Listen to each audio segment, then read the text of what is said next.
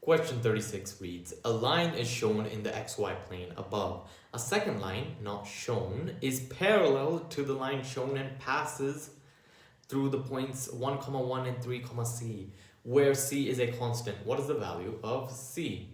This question can seem a little daunting, but we're going to break it down into two steps. The first step is finding the equation of the line. And that equation should ideally be in the slope-intercept form, something like y equals mx plus b, right? Where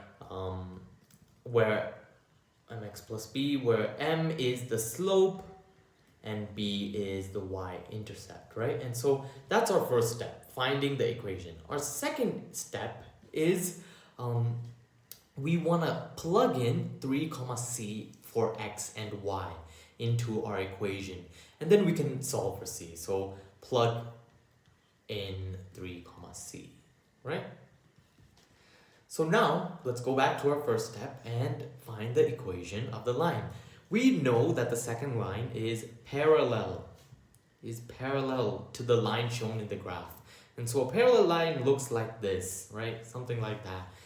And what you need to understand, the key concept that you need to understand is that parallel lines have same slope, or otherwise the m are equal, right? The m values are equal. Okay, so we just need to find the slope of this line right here to know the slope of our second line. Okay, so the slope of this is going to be rise over run, right? The rise is 3 and the run is 4, right? And so the slope of this line is 3 over 4. And so that's going to be the slope of our second line as well. So if I construct the equation now, so far I have m, right? 3 over 4 x plus b. I don't know the y-intercept. And so how do I solve for the y-intercept? Well, they've given us these 2 points, 1, 1, right?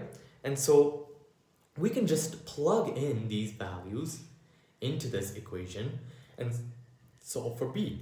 Okay, so that would be 1 equals 3 over 4 into 1 plus b.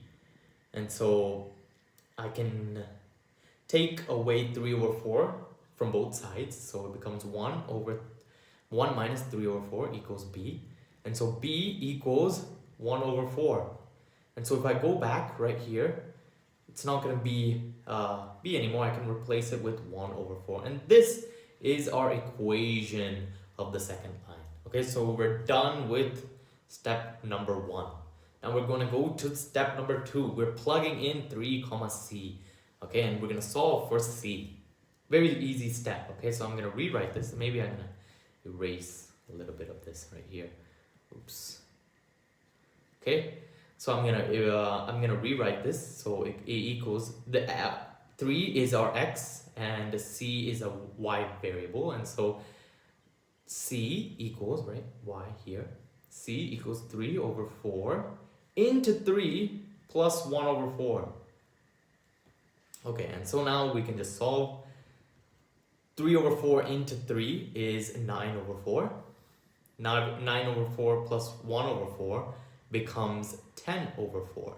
This is still not a suitable answer because it can be simplified further, and so I can divide both sides, both the numerator and denominator, by 2. And so that should give me 5 over 2, right? And so that's our answer, 5 over 2.